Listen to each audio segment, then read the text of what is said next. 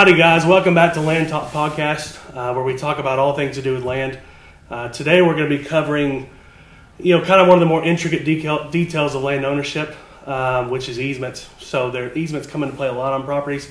So we kind of want to talk today about how those could affect your property. And with me I've got Justin. He's one of my land agents here at Texas Rec Land. And Justin, kind of give us your background. Kind of where do you come from? What's your expertise there? Sure. Well, good morning, John. My name is Justin Baronato, and I'm a land agent with Texas Rec Land Real Estate. I started out my career as a surveyor in the field almost 20 years ago. Wow. And I spent about 10 years in the field, and then I transitioned into the office. And now I'm in charge of all of our field operations, as well as quotes and bidding for my survey company. And I do a lot of the deed research and drafting as well. Right, so I'm sure you run into easements a lot when you're looking at stuff. So it's kind of a daily thing. So when we're talking about easements, I guess let's simplify easements for everybody. So kind of when you hear the word easements, what's the most simplest form of what an easement is? It's a good question. I guess it is the right for somebody else to use a property that they don't own. So the right for a utility company to use a portion of a property, or another person to use a portion of a property that they don't own to access another property or access something on the property. Yeah, and then I think a lot of times, like in bigger cities, you get into public easements, which would be sidewalks and stuff like that, which we don't run into that much on land, luckily. But yeah, so in someone else having the right to use your property, kind of what are some of the pitfalls with having an easement on your property? I mean, what are some of the dangers of it? I see more lawsuits having to do with easements than just about anything else land related, including boundaries. And easements, especially for access, can be contested by the landowner that the easement is crossing. And landowners also can contest utility easements. They don't want people crossing their land without their consent. Yeah, and I think a lot of times, as with life in general, the more people you involve, the more opportunity for problems and disagreements, right? So when we're looking at easements, I mean, the ones we seem to run in the most, in my mind, are usually power easements, water line easements, access easements. I know sometimes you see pipeline easements. Those are more rare, but you run into those. So these are things that kind of sit on your property that arguably it's kind of a way for anybody to come back later and have the right to use your property, arguably kind of against your will because somebody gave them the right to do it. So now power line easements and water line easements a lot of times aren't as contested if the owner of that property is utilizing the power or the water. Right. So easements aren't necessarily a bad thing. They're not necessarily a bad thing, but if it's just for a transmission line that crosses your property and you're not seeing any money from that or use of it, then then it can turn into an issue. Yeah. So looking at easements, I mean, we run into easements. Most of them are written, right, which is the way they arguably should be. But tell us about some unwritten easements, some verbal easements. I mean, we kind of run into some issues like that sometimes too, right? Sure. So most easements are deeded easements or written easements that are recorded.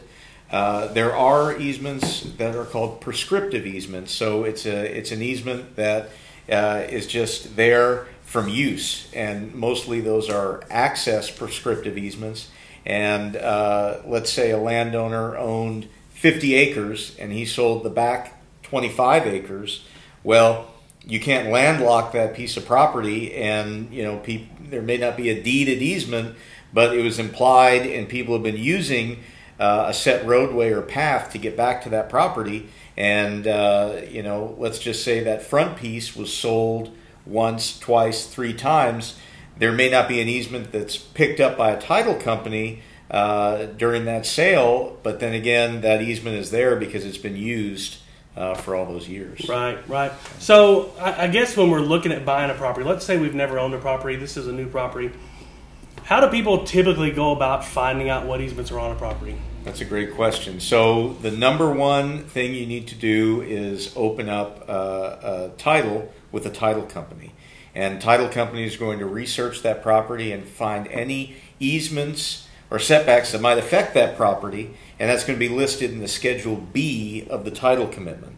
And then the second best thing you can do, actually, I would argue the first best thing you can do is to get a land title survey. And the surveyor is going to survey your property, all the improvements, the boundaries, and then go through that Schedule B portion of the title commitment and illustrate or list any of those easements that affect the property. Why it's important to get a survey is Schedule B can pick up easements, anything around the property within a 5-mile radius, right? So how do you know if the pipeline easement that's listed in Schedule B actually affects your property? You're going to have to hire a surveyor to do a little work and figure it out. Right. So I know we've had some properties here that, let's say they were subdivided, and once upon a time they were 1,000 acres maybe. I know we've seen it to where the title commitment comes back and Schedule B has 100 things in it. Yeah. Just because there's multiple, lots of water line easements, power easements, and that easement may be 3 miles away. Right. And not all of those easements affect the property that's being sold, but it may have affected the 1,000 acres sometime in the past. Right. So it's kind of, I feel like getting the work done the proper way, it's a nice way to kind of weed out the stuff that doesn't apply and leave you with kind of, hey, this is the end-all, be-all. These are actually the people who may have a right to come use your property. And I think it's super important to obviously, look in that Schedule B and know what could affect your property. And then every one of those easements that are recorded, there's going to be a copy of that easement. It's going to tell you who has the power to use that easement, how long the easement lasts. Generally, and this is probably generally, but most easements are perpetual. A lot of them don't end, right? So you need to know how long they can last. There are some with time limits, but most of them are not. And I think it's going to tell you how wide that easement is. Is it narrow? Is it wide? Is it a blanket easement, right? We can get into blanket easements in a minute. But I think it's just important to know that, hey, this is a possibility, and I need to be aware of where that is and how it could affect me. In the sense that, let's say you have a property and there's an easement for a transmission line. Let's argue it's not there. Let's say they never built it. However, you could buy that property and some years later they could come in and build this transmission line. Well, you need to know, hey, I cannot build a house there. I can't build any permanent improvement. Let's say I improve the property. I plant a bunch of really good grass or trees or whatever it may be. They have the right to come in and bulldoze everything that I've ever done and kind of take that away. So, but give us kind of the rundown of a defined easement over a blanket easement. That's kind of the two you see most of the time, right? Sure. So a defined easement is generally going to have an exhibit map and a meets and bounds description that defines that easement. So a pipeline easement may have a description from one property line to another with, of course, a series of bearings and distances that define that easement. There could also be an easement that is centered on an existing pipeline, so you have to have that pipeline located by the utility company to know where that easement is. But basically, a defined one is kind of pinning it to one location, right? They can never move it to one location. So. A blanket easement, many times electric easements are blanket easements because the electric company is going to run those poles kind of wherever they see fit to get up to a house, and you're generally not going to argue that because you want power. But most of the time, blanket easements really turn into defined easements in a way, because that blanket shrinks down to the physical either pole or pipe.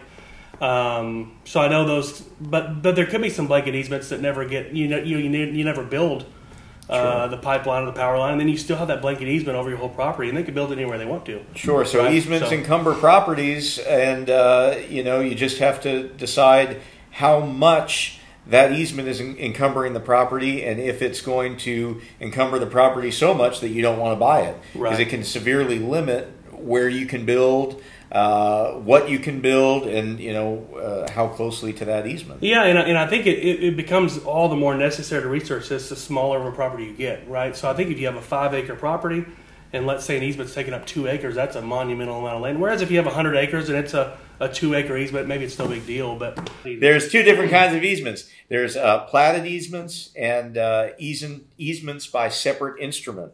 So you can get easements by separate instrument released, assuming the owner of that easement or the person that originally got that easement will release that easement.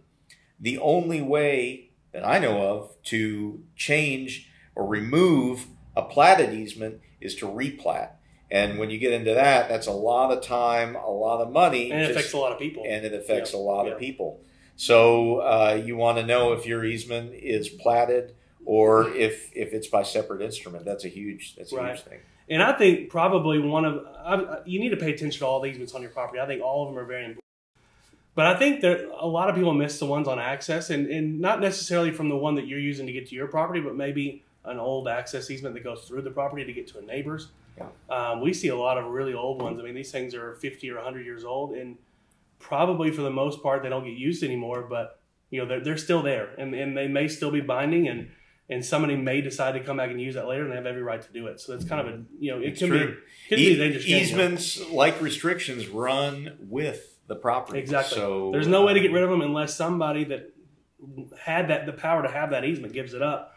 And like in the instance of this old road easement or whatever from a neighbor, I mean, my gosh, that person could not be here anymore. I mean, it could be very complicated, right? It may not be the AT&T or somebody that you can go reach out to, but sure. And I think this all kind of lends back to the reason you should get a title policy. And luckily, we don't have to fight a lot of folks on title insurance, but in my mind, this is like the shining example of why you should number one, get a title policy. Number two, get the insurance that provides. So what do you think on that as far as what the insurance can do for you there? Well, title policies are very important. However, title companies are, for the most part, run by lawyers, sure. And so they accept to a lot of things in that coverage, and that's what that Schedule B is. So, if an item is listed in Schedule B, it's essentially telling you if anything in the future comes up having to do with this item, it is not covered under our title policy. Right. And I've seen over the years, and close to 20 years of doing this, I've only seen one instance where a title company had to make good on their title policy and actually send a lawyer out and go to bat for the buyer, and that property was conveyed again less than a year later, and that same title company they accepted to that one issue that they went to bat that they missed before. So it's pretty important to look at that.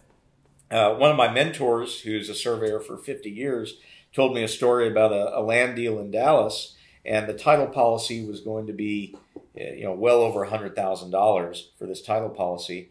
He hired a surveyor to go through and research all the Schedule B documents, produce a land title survey. He got a copy of the survey, and then he went to the title company and said, "I no longer need your title policy," because the survey had everything that he needed to know about. And he was able to save $100,000. And he was able to save $100,000. Yeah, but I think that title work is super important. Yeah, I wouldn't suggest doing that. I think having title insurance is an important thing. I personally wouldn't buy property without a title policy, but it just goes to show you that if you're savvy, you can definitely do some different things. And I think, as with everything, knowledge is power. I think the more you know, the more informed you can be, and you make better decisions. But looking at the title policy, which I know at some point we're going to do an episode covering title policies, but the main thing is Schedule B, like you mentioned, is telling you these things apply to this property, therefore we're not going to cover them. But anything not mentioned in there arguably should be covered by the policy. So I had a property, actually it was one that somebody I know bought, and when they bought this property probably 10 or 12 years ago, they bought this particular property, and one of their requirements was they did not want it to have a water line easement. I'm not sure why. They did not want an easement on the road. And that was one of the particular reasons they bought the property they did, because it didn't have that easement. And lo and behold, the landowner shows up one day, and the water company's on his property, trenching a line to go along the road to get a new water line in. And of course, the landowner's really upset, as he should be, because he's thinking, man, I bought this property because I didn't want a water line easement, and here's the water company. So obviously his first stop was to go back to the title company and say, hey, you told me there was no water line easement here. We have Schedule B. We looked at it. It's not mentioned. So if y'all are wrong, then, obviously you're going to have to make good on this and either, fix the issue or pay up on the policy. And as it turns out, the title company was right. There was no easement there, and the water company was wrong. But it's just kind of one of those things of he thought he knew what was going on, and it turns out he did. It turns out the title company was right. he made the right choice, but actually it was nice to be able to lean on that title policy when you go back to the water company and say, what are y'all doing here? You're not supposed to be here. So yeah, a title company is not just there to have you sit down and sign documents at closing. Right. They're there to take care of issues that might arise. So if you're going to look for an easement on a property, how do you go find out where are those located? Like if I want to go find a copy of them, where can you find those at? So in the title policy in Schedule B, they're going to list volume and pages for each one of those easements. Now, any title company worth their salt is going to be able to provide those documents to you. But you can also go down to your local courthouse or county clerk's office and get those documents yourself. They're also available online on certain websites. Texas File comes to mind, but you have to pay for those. Right. But I mean, any good easement should really be recorded for the public to know, and that way everybody in the world knows about it, and you don't have to run into problems later, right? Exactly. Now, for an easement to be valid, it does not necessarily have to be recorded, right? But that kind of makes it difficult to know about if that easement isn't a public record. So. Right. But I think if you want your neighbor to know, if it influences other people, I think it's always best practice to have it recorded. Yeah. So speaking of valid easements, kind of what are some things that makes an easement valid? And then we're going to go into kind of what makes an easement not valid. What do you typically see on a good easement? What would you think those are the criteria there? On a good easement, let's say somebody wants a drainage easement on a property, or somebody wants an access easement over a property. The number one thing you're going to want to do is hire a surveyor to go out and tie into the boundary, write a meets and bounds description encompassing the location of that easement, and then provide an exhibit map.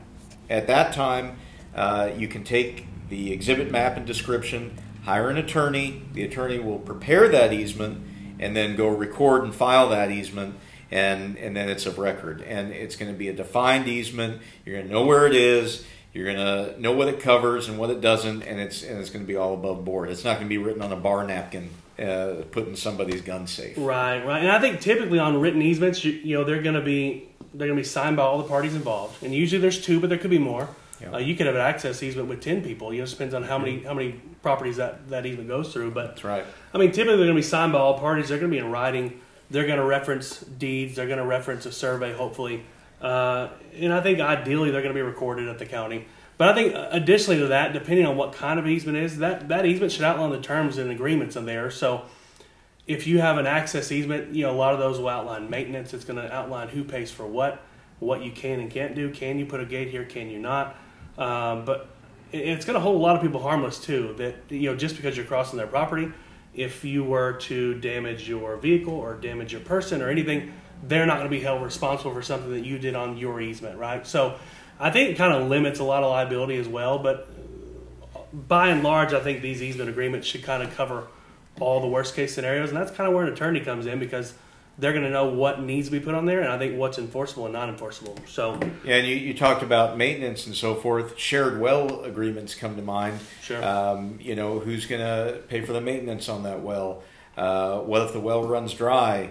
Where does the water line cross the property and then enter the other property if you're going to be sharing that well? So that's another type of easement. And getting back to access easements, we're going to get to that in the next episode actually, but a lot of access easements, you can also make them a utility easement too. So just because a property has an access easement, that access easement could also be thrown in with utilities, to where if you need to bring water or power or whatever down that same easement, they kind of bundle them all together. So sometimes that's pretty useful just to save some paper. So if you own land, what are some times where you could need an easement? Let's say I bought a property and I need to get an easement. What are some easements that I usually would go get? Well, some of the common ones are ones we've already spoken about. Power easements, water easements, access easements, and the like. And if you need an easement, you're going to need the owner of the land that the easement is crossing to sign off on that easement. Just because you want it doesn't mean you're going to get it. Right. So you'd have to go over and talk to that person, or talk to the group of people that own the property, and try and convince them that you need that easement. Right. And it's not as easy as, it's easier said than done. Right. In some cases. So there's a chance that, let's say I have a property and I need water. There's a chance my neighbor could not give me an easement. Would that be fair Absolutely. to say? Okay. Oh yeah, that's happened. Yeah. So if you need an easement and you can't get one, where do you go from there? Well, I guess you could sell the property and try and find another property that better suits your needs, or find out that you don't have access to those certain utilities during a due diligence. Yeah, and that would be good. Obviously, the first and foremost thing is you need to know the property that you're buying didn't have this easement, and if you needed it guaranteed, maybe you should either get it guaranteed before you close on it, or be able to live with the fact that maybe you can't get it. But I think some other things as far as getting easements that aren't there. On utilities, a lot of power and water stuff, they're usually a little bit easier because they are utilities and it's kind of for the greater good. I mean, I can understand why people wouldn't want like a gas pipeline. Like there's some stigmas on easements and pipelines and stuff like that. But a lot of times neighbors will give an easement for free. Sometimes they'll give you a free easement because, let's say, a water line's coming down the road and they have a really grown-up fence line. And it's kind of a way for them to get their fence line cleared for free, and you get water. So it's kind of a win-win, and I've seen that work out a lot. Power's a little tougher because sometimes you cut down trees and people are partial trees, which they should be. So sometimes I think you can get free easements. Other times I think you're going to have to go pay them. Maybe you say, hey, look, I really need an easement.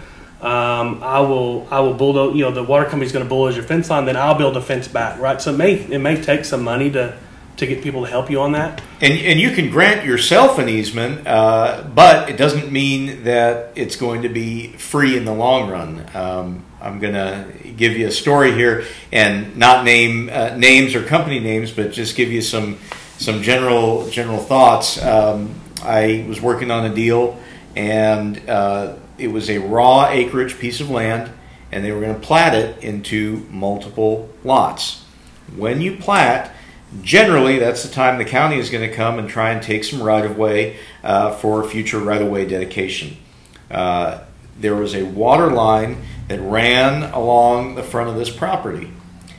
At the time, that water line was within the property in a dedicated water line easement. When the property was going to be replatted, it was going to move that existing water line out of a dedicated easement and into the public right-of-way. When that happens, the water company didn't like that, and they said, we'll still provide you water. You have to pay to relocate our water line into the new property line into a dedicated water line easement. Oh, and by the way, it's going to cost you $275,000. And if you don't pay that, we will not sign off on your plat. So you can grant yourself that easement. You own the land. You can say, yeah, I'll put an easement there, but it's not going to be free because you have to move that water line. And when you move that water line, it can really cause some problems. Yeah, and I think a lot of those, like water companies or any easement holders for that matter. Things get complicated when you have to move stuff, especially with the infrastructure in the ground. You run into a lot of issues there. But going back to needing an easement, there's some times where a neighbor won't give you one, and I've actually run into this personally. But eminent domain can come into play, and I know that's kind of a big and scary word, but public utilities for the greater good, which would be water, power, that sort of thing, they kind of do have the right of eminent domain sometimes. So.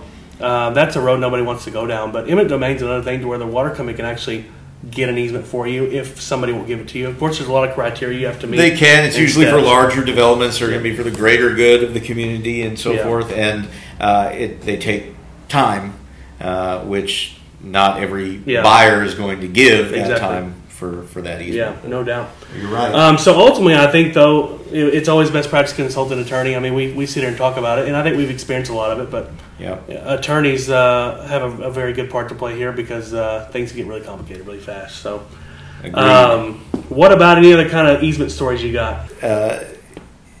I worked on a recent survey where we had surveyed the property about 10 years ago, and it was going to be a subdivision for family members. The property was 60 some odd acres, and there were going to be 3 20-acre tracts, right, roughly, out of it.